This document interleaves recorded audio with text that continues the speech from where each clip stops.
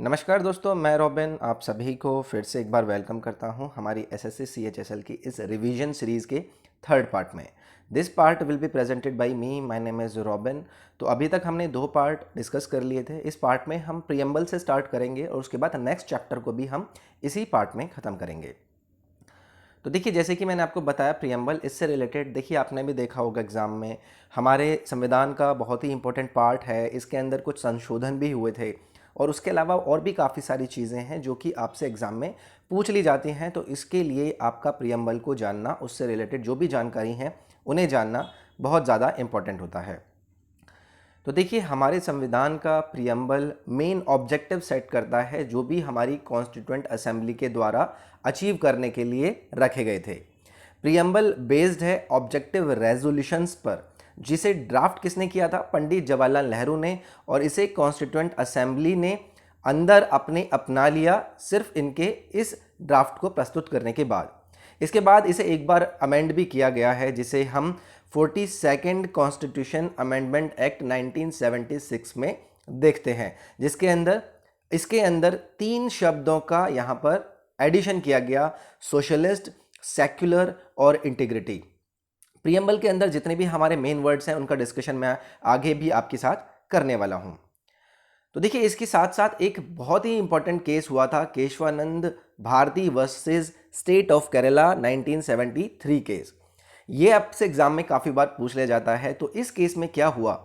इस केस में supreme court ने ओवरऑल किया इसके पुराने जजमेंट को, जो कि 1960 में उन्होंने एक जजमेंट दी थी, और उन्होंने ये बताया कि जो प्रियम्बल है वो कॉन्स्टिट्यूशन का पार्ट है और उसके अंदर पार्लियामेंट को अमेंड करने की पावर होती है, जिसमें हमें एक ख्याल रखना है कि जो कॉन्स्टिट्यूशन का एक बेसिक स्ट्रक्चर है वो वहां पर डिस्ट्रॉय ना हो।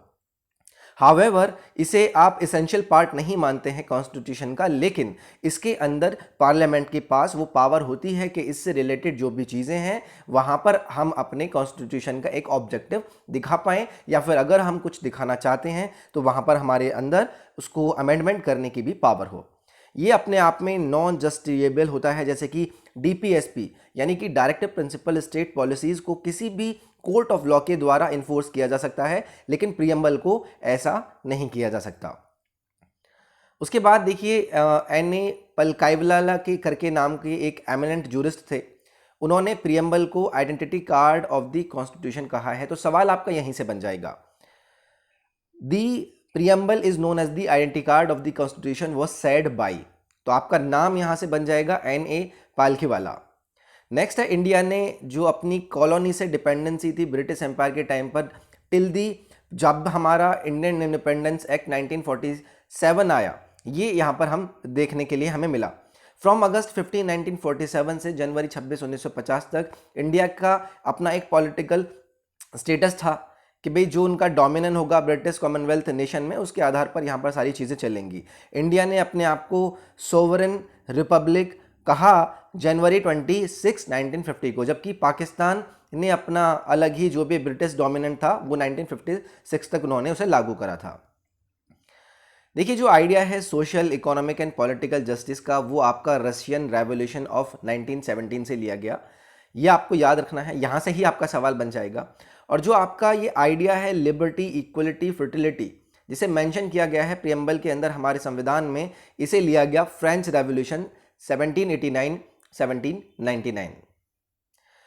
जो प्रियम्बल है उसका मेन ऑब्जेक्टिव क्या है? वो सर्व करना चाहता है अपने हर सिटीजन्स को, जिसमें वो पहली बात करता है जस्टिस की, जिसके अंदर आपका सोशल जस्टिस, इकोनॉमिक जस्टिस और पॉलिटिकल जस्टिस की बात करता है। उसके बाद लिबर्टी, लिबर्टी आपकी सोच, आपकी एक्सप्रेशन, आपके बिलीफ, आपकी फेथ, आपकी वर्शिप, उसकी लिबर्टी आपको उसकी आज़ादी देता है। इक्वालिटी, आपके स्टेटस की इक्वालिटी, आपको अपॉर्चुनिटी मिलने की इक्वालिटी। फ्रेटर्निटी, फ्रेटर्निटी यानी कि किसी से आप किस तरीके से इंटीग्रेट रहेंगे, आप अपनी कंट्री में कैसे आप अपनी यूनिटी बनाएंगे। तो फ्रेटर्निटी, अगर आप अपनी डिग्निटी बनाना चाहें एक इंडिविजुअल की अपने नेशन के साथ इंटीग्रेट होकर, तो यहाँ पर आपका फोर्थ पार्ट फ्रेटर्निटी आपको बताता है।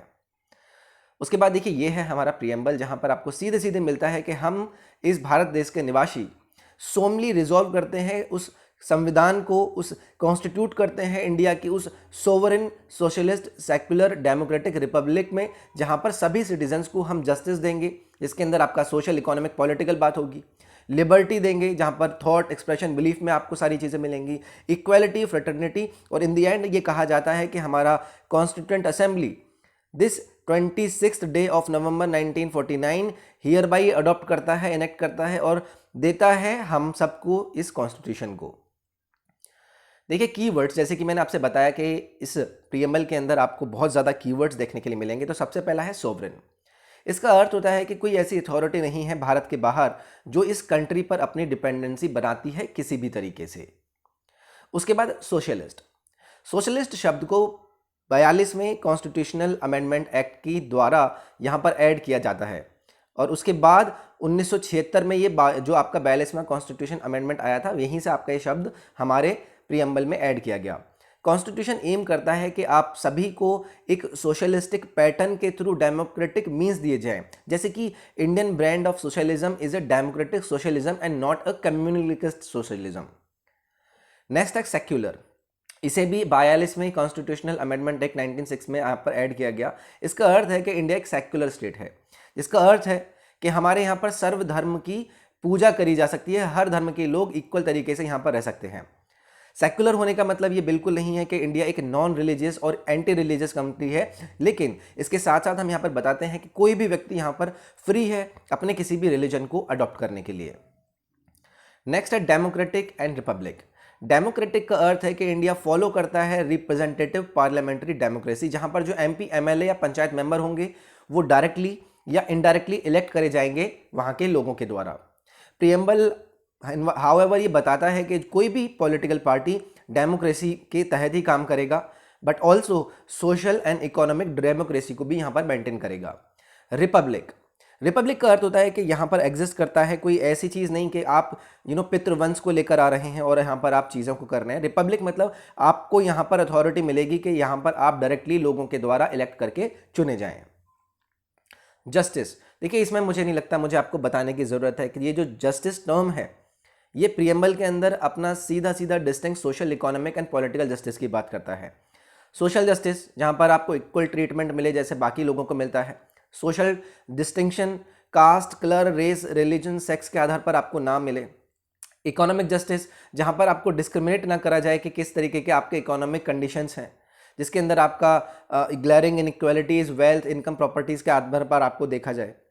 पॉलिटिकल जस्टिस यहाँ पर सभी सिटीजन्स को इक्वल पॉलिटिकल राइट्स हैं, इक्वल एक्सेस हैं सभी पॉलिटिकल ऑफिसेज के या फिर अपनी बात गवर्नमेंट में उठाने के। लिबर्टी। देखिए टर्म लिबर्टी का अर्थ है कि जहां पर भी आप बात करते हैं absence of restraints on the activities of individuals at the same time, जहां पर आपको equal opportunity development of Indian individual personalities में मिलेंगी। इक्वालिटी के बारे में मैंने आपको बताया ही, ये आपको बताता है कि आपके स्पेशल प्रिविलेज को यहाँ पर ऐसा नहीं है कि कोई एक सेक्शन किसी सोसाइटी में आपको नीचे दिखाने की कोशिश करे। सबको इक्वालिटी का यहाँ पर आधार है और इसके बेस पर कोई भी डिस्क्रिमिनेशन नहीं किया जा सकता।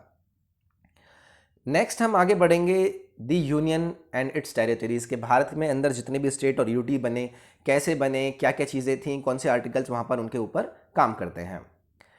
तो देखिए आर्टिकल 1 से लेकर 4 तक जो कॉन्स्टिट्यूशन का है वो डील करता है आपके यूनियन एंड उसकी टेरिटरीज से। आर्टिकल पहला ये कहता है कि इंडिया जो कि भारत है वो एक यूनियन ऑफ स्टेट्स है rather than federation of states. Article 3 deal करता है कि किस तरीके से फॉर्मेशन होगा नए स्टेट्स का या फिर टेरिटरीज का उन एग्जिस्टिंग स्टेट्स में से। इंडियन कॉन्स्टिट्यूशन एम्पावर करता है पार्लियामेंट को कि भाई आप किसी भी टेरिटरी का नाम बदल सकते हैं या फिर उसकी कोई भी चीज़ों को कर सकते हैं, लेकिन पार्लियामेंट को, जहां पर आपको स्पेशल कंसेंट लेनी पड़ेगी अपने बाकी मेंबर्स के साथ। आर्टिकल 264 क्लॉज 4 कॉन्स्टिट्यूशन का ये कहता है कि कोई भी territory which may at any time किसी और कंट्री ने या फिर हमने कहीं से एक्वायर किया हो, किसी के साथ ट्रीटी किया हो या फिर किसी के साथ हमने जीत लिया हो, वो पार्ट कहलाएगा टेरिटरी ऑफ इंडिया का। इसी चीज़ को एडमिनिस्ट्रेट किया जाएगा भारतीय गवर्नमेंट के द्वारा और सारी पार्लियामेंट लेजिस्लेशन इस पर लागू होंगी। अब देखिए हम बात करेंगे रीऑर्गेनाइजेशन ऑफ स्टेट्स के भाई किस तरीके से रीऑर्गेनाइजेशन स्टेट्स का होता है। 1993 में स्टेट रीऑर्गेनाइजेशन कमीशन को सेटअप किया गया under chairmanship of Fazal Ali HN Kunzru and KN Panikkar, ये सारे मेंबर थे इस कमीशन के। कमीशन सबमिट करता है अपनी रिपोर्ट को 1955 में और ब्रॉडली एक्सेप्ट किया जाता है लैंग्वेज को as the basis of the reorganisation of the states. लेकिन इसे बाद में इस थ्योरी को रिजेक्ट किया जाता है वन लैंग्वेज वन स्टेट के आधार पर। इसका जो वी है वो ये था कि भाई यूनिटी भारत देश में बनाई जाएगी और उसे रिगार्ड किया जाएगा, प्राइमरी कंसिडरेशन दी जाएगी और उसके आधार पर सारी जो भी कंट्री की पॉलिटिकल यूनिट्स हैं वो उसको अपनाएंगी। नेक्स्ट है, देखिए ये सजेस्ट किया जाता है कि जो रीऑर्गेनाइजेशन है 27 स्टेट्स का वेरियस कैटेगरीज में, जहाँ पर 16 स्टेट्स थे और 3 यूटीज थी। तो देखिए सवाल आपका यही बन जाता है कि शुरुआत में क्या था। तो 16 स्टेट्स 3 यूटी थी, लेकिन बाद में उसे रीऑर्गेनाइजेशन के आधार पर 27 स्टेट का वहाँ पर प्रावधान दिया जाता है। स्टेट रीऑर्गेनाइजेशन एक्ट फिर आता है 1956 में, जिसे पास किया जाता है पार्लियामेंट के द्वारा और उसे इफेक्ट में लाया जाता है इन सभी रिकमेंडेशंस जो भी कमीशन देता है यहाँ पर विद सर्टेन मॉडिफिकेशंस। इसी के आधार पर 14 स्टेट और 6 यूटी क्रिएट करी जाती हैं 1 नवंबर 1956 में। तो यहीं से आपका सवाल बन जाता है कि कितने यूटी और यहाँ पर स्टेट्स आपके शुरुआत में थे। अब देखिए किसी भी नए स्टेट को बनाने का प्रोसीजर क्राइटेरिया क्या होता है। देखिए पार्लियामेंट के पास ये आधार होता है कि वो नया स्टेट बना पाए, किसी एरिया को काट पीट सके, बाउंड्री का नाम क्या क्या चीज़ें करनी है, सिंपल मेजॉरिटी के आधार पर पार्लियामेंट के पास ये अधिकार होता है।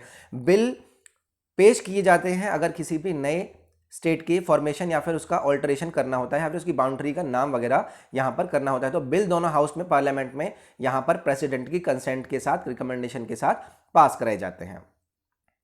जो प्रेसिडेंट है उस बिल को इंट्रोड्यूस करने से पहले पार्लियामेंट में रेफर करता है कि उन जो भी कंसर्न स्टेट्स थे उनके लेजिस्लेशन पर उनकी ओपिनियन मांगे किसी भी एक स्पेसिफाइड टाइम लिमिट के अंदर।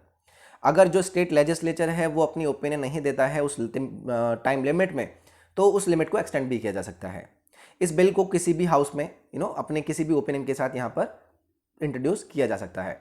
जो पार्लियामेंट है उसके पास ये नहीं है कि वो उसको करना ही है एक्सेप्ट और एक्ट अपॉन करेगी वो सीधे सीधे स्टेट लेजिस्लेचर के आधार पर जिस भी स्टेट की यहाँ पर बात होती है। ऐसा नहीं है कि भाई कोई फ्रेश रेफरेंस लिया जाए उस स्टेट लेजिस्लेचर के द्वारा हर समय पर, लेकिन उस अमेंडमेंट को लाने के लिए उस बिल को प्रपोज और एक्सेप्ट किया जाना चाहिए उस स्टेट लेजिस्लेचर में। अब देखिए नए स्टेट और यूटीज 1956 के बाद कौन कौन से बने। महाराष्ट्र और गुजरात बनते हैं 1960 में। बाइलिंगुअल स्टेट ऑफ बॉम्बे को डिवाइड किया गया इनटू महाराष्ट्र एंड गुजरात। गुजरात बन जाता है हमारा 15वां स्टेट हमारे भारतीय यूनियन में।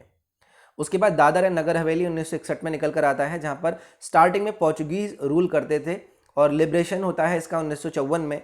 और by 10th constitution amendment act 1961 में दादर एंड नगर हवेली का यूटी के तरीके से निर्माण होता है। Goa and Daman Diu 1961 same. India इन्हीं तीनों टेरिटरीज को एक्वायर करता है पोर्चुगीज से पुलिस एक्शन के द्वारा 1961 में। गोवा दमन एंड दीव को ऐड करा जाता है यूनियन टेरिटरी ऑफ इंडिया में 12वें कॉन्स्टिट्यूशन अमेंडमेंट एक्ट 1962 के हिसाब से। उसके बाद में 1987 में गोवा को एक स्टेट के रूप में और दमन एंड दीव को सेपरेट यूटी के रूप में यहाँ पर इनेक्ट किया जाता है। इसके बाद पौंडीचेरी, जिसको 1962 में फ्रेंच से यहाँ पर इंक्लूड किया जाता है 4 डिस्ट्रिक्ट पौंडीचेरी, करिकल, माहे एंड येनेम फ्रॉम 1954 और 1962 में इसे रिमेन किया जाता है एक single acquired territory by 14 constitution amendment act 1962, जिसे यहाँ पर इसे यूटी घोषित करा जाता है। Nagaland 1963, state of Nagaland act 1962 आता है, नया स्टेट बनता है और 1 फरवरी 1964 में ये आपका टेरिटरी बन जाता है नागा हिल्स। चुनसांग एरिया, जिसे प्रीवियसली ट्राइबल एरिया माना जाता था, 6 शेड्यूल में रखा गया है। तो यहाँ पर ये आपका 1963 में नागालैंड बनता है। हरियाणा चंडीगढ़ बनते हैं आपके 1966 में। पंजाब को बाइफर्केट करके हरियाणा को बनाया जाता है, जो कि 17 स्टेट बनता है और चंडीगढ़ को एज यूटी रखा जाता है। नेक्स्ट है हिमाचल प्रदेश 1971 में। इसको अपग्रेड कर दिया जाता है from the status of union territory और इसे स्टेट बना दिया जाता है हिमाचल प्रदेश एक्ट 1970 से। मणिपुर, त्रिपुरा, मेघालय 1972 में ये 3 यूटी मणिपुर, त्रिपुरा एंड सब स्टेट ऑफ मेघालय को स्टेटहुड का यहाँ पर दर्जा मिलता है। मणिपुर, त्रिपुरा, मेघालय 19, 20 और 21वें स्टेट हमारे देश के बन जाते हैं। सिक्किम बनता है 1975 में। ब्रिटिश रूल, सिक्किम एक इंडिया का स्टेट रूल था और ब्रिटिश पैरामाउंटी सी थी वहाँ पे। सिक्किम को अपना स्टेटस मिलता है 1974 में by 35th constitutional amendment act 1974 और सिक्किम को अपना स्टेटस फुल फ्लैश स्टेटस का जो मिलता है वो मिलता है 36वें कॉन्स्टिट्यूशनल अमेंडमेंट एक्ट 1975 में। मिजोरम, अरुणाचल प्रदेश एंड गोवा 1987। स्टेट के बारे में मैंने आपको पीछे बताया था कि गोवा को स्टेट का दर्जा 1987 में मिला। मिजोरम को जो मिलता है वो 1986। उससे पहले जो 1971 वाला एक्ट आया था, मुझे मिजोरम को उस टाइम पर यूटी का दर्जा दिया गया था, और बाद में अरुणाचल प्रदेश को यूटी का दर्जा देकर यहाँ पर 1986 में इसे स्टेटहुड का दर्जा दे देते हैं, और गोवा यहाँ पर मैंने बताया था आपको पीछे कि 25वां स्टेट यहाँ पर बन जाता है।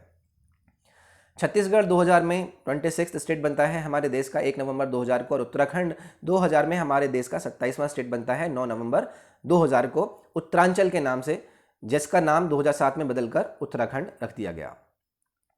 झारखंड 2000 में 28वां स्टेट बना 15 नवंबर 2000 को। तेलंगाना 2014 में अपना 29वां स्टेट बनता है 2 जून 2014 को, जो कि आंध्र प्रदेश से यहाँ पर सेपरेट हुआ था।